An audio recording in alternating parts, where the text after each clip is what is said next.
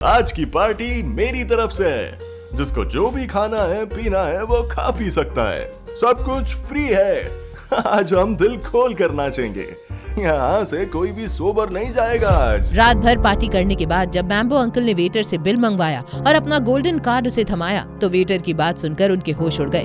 उनका सारा नशा एक झटके में मानो उतर गया हो। सर, आपका कार्ड डिक्लाइन बता रहा है। क्या बकवास कर रहे हो? बिल कितने का बना है? सर 20 करोड़। 20 करोड़ का बिल सुनकर मैम्बो अंकल के पैरों तले से जमीन खिसक गई। वो पार्टी में बिना तमाशा किए इस सोच में डूबे हुए थे कि वो आखिर इतने बड़े बिल की पेमेंट करें कैसे। कॉन्ट्रैक्ट मिलने की खुशी में जो पार्टी रखी थी वो अब मैम्बो अंकल के गले की हड्डी बन गई थी। जैसे ही 20 करोड़ रुपए के बिल की बात सुनी, मैम्बो अंकल की आवाज पुराने रेडियो की तरह खड़खड़ाने लगी थी।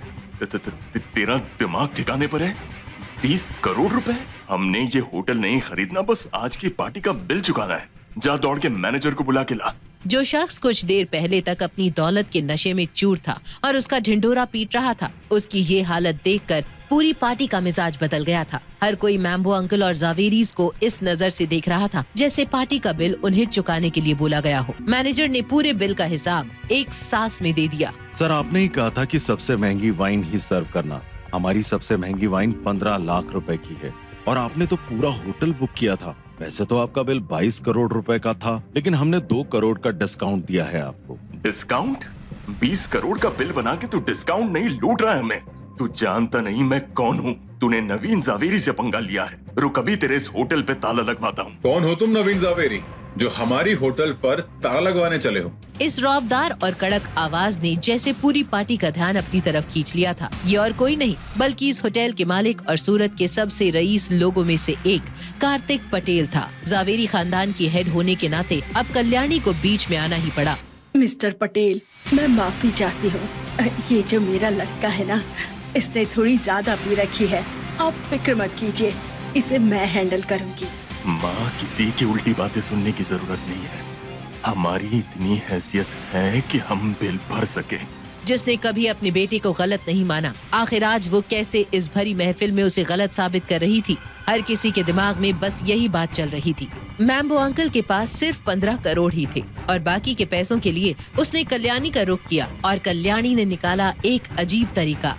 ये तो गलत बात है। एंजॉय सब करे और बिल सिर्फ मेरे बेटे के सिर पर फटे।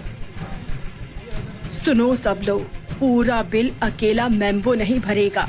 तुम सब भी इस परिवार का हिस्सा हो। सब 1-1 करोड़ रुपए पे करो, बाकी का मैं और मैम्बो देख लेंगे। कल्याणी की इस बात से परिवार के लोगों के पसीने छूट गए। सब सोच रहे थे कि इतनी महंगी वाइन हमने तो नहीं मंगवाई, लेकिन अब किसकी जुर्रत थी कल्याणी के सामने बोलने की। बेटा, अब हम कैसे भरेंगे इतने पैसे? मेरे पास तो नहीं है इतने। तेरे पास 5 करोड़ रुपए थे ना, जो नक्श ने दिए थे? माँ, वो तो मैंने अंजलि कॉर्पोरेशन में लगा दिया। अब तो बस 30-40 लाख बचे हैं, लेकिन अगर वो भी दे दिया तो बचेगा क्या? क्या हुआ अनिका? तुम्हारे चेहरे को देखकर यूं लग रहा है जैसे पूरा बिल तुम्हें भरने को दे दिया। अब ये मत कहना कि तुम्हारे पास 1 करोड़ भी नहीं है। आप उसकी चिंता मत करिए, मैं हमारे हिस्से का पूरा 1 करोड़ रुपया भरने के लिए तैयार हूँ। मैम्बो अंकल के तानों ने अनिका को वैसे ही शर्म में डाल दिया था और ऊपर से नक्श का बड़बोलापन। कहाँ से लाएगा ये इतने पैसे? अरे आप यहाँ क्या कर रहे हो? लगता है इसने इसके भी पैसे मार लिए होंगे। अब आएगा मजा। कैसे हो सेठ जी? सेठ जी? अरे अब कैसा सेठ? मुझे लगता है तुम्हें शायद कोई गलतफहमी हुई है। नक्श को सूरत के इतने बड़े बिजनेसमैन से यूं बातें करता देख वहाँ अच्छों की जान जल रही थी। जावेरी खानदान को तो जैसे बहुत बड़ा झटका लगा था, लेकिन उनसे भी बड़ा झटका अनिका को लगा था। नक्श ने सभी के चेहरे पढ़ लिए थे। उसने कार्तिक को आंख से इशारा किया और वो समझ गया। ओह सॉरी, शायद मुझसे भी गलती हो गई। सुनो, ये जो तुमने इतनी बड़ी डींगे हाकी है ना, अब कहाँ से लाओगे 1 करोड़ रुपए? तुम उसकी चिंता मत करो और अपनी माँ को लेकर यहाँ से निकलो। जैसे तैसे करके जावेरी खानदान ने बिल पे किया और सभी वहाँ से निकल गए। लेकिन नक्श को कार्तिक ने अकेले में रोका और नक्श को उस खास इंसान से मिलवाने उसके आलीशान डिपार्टमेंटल स्टोर पर ले गया, जहाँ हर एक प्रोडक्ट की कीमत इतनी थी कि आम आदमी तो वहाँ घुसने की भी ना सोचे। नक्श, आज मैं जो कुछ भी हूँ सिर्फ तुम्हारी वजह से हूँ। तुमने अगर मुझे उस वक्त पैसे नहीं दिए होते तो पता नहीं, मैं शायद आज भी कहीं नशा करके पड़ा रहता।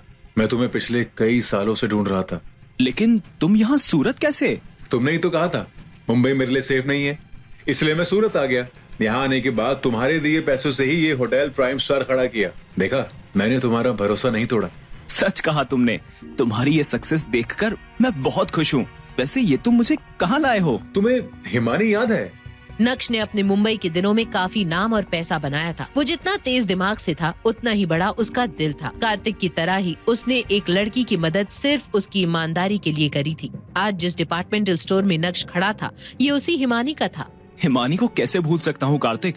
उस बैग में पूरे 3 करोड़ रुपए थे जिसे मैं उसकी छोटी सी दुकान में भूल गया था। लेकिन उसकी ईमानदारी की दाद देना होगी। उसने पैदल चलकर मेरे पैसे मुझे लौटाए। और देख, आज तेरे दिए हुए उन पैसों से उसने कितना बड़ा स्टोर बना लिया है। तू रुक, मैं अभी उसे लेकर आता हूँ। तेरे लिए एक सरप्राइज भी है। नक्श हिमानी के इतने बड़े स्टोर को देखकर हैरान रह गया था। वो स्टोर को आंखें फाड़ कर देख रहा था कि तभी अनिका की एक फ्रेंड प्राची ने नक्श को इस हालत में देख लिया। नक्श, तुम यहाँ क्या कर रहे हो? पता है ना, यहाँ तुम्हारी औकात के हिसाब से कुछ भी नहीं मिलता। लगता है रास्ता भटक गए हो। मैं रास्ता भटका हूँ या नहीं, इससे आपको क्या लेना देना? वैसे ये प्राइसेस आपकी औकात से भी ज्यादा ही लग रहे हैं। तुम्हारी ये हिम्मत, अभी तुम्हें मजा चखाती हूँ। आलोक, क्या हुआ बेबी? कौन है आदमी?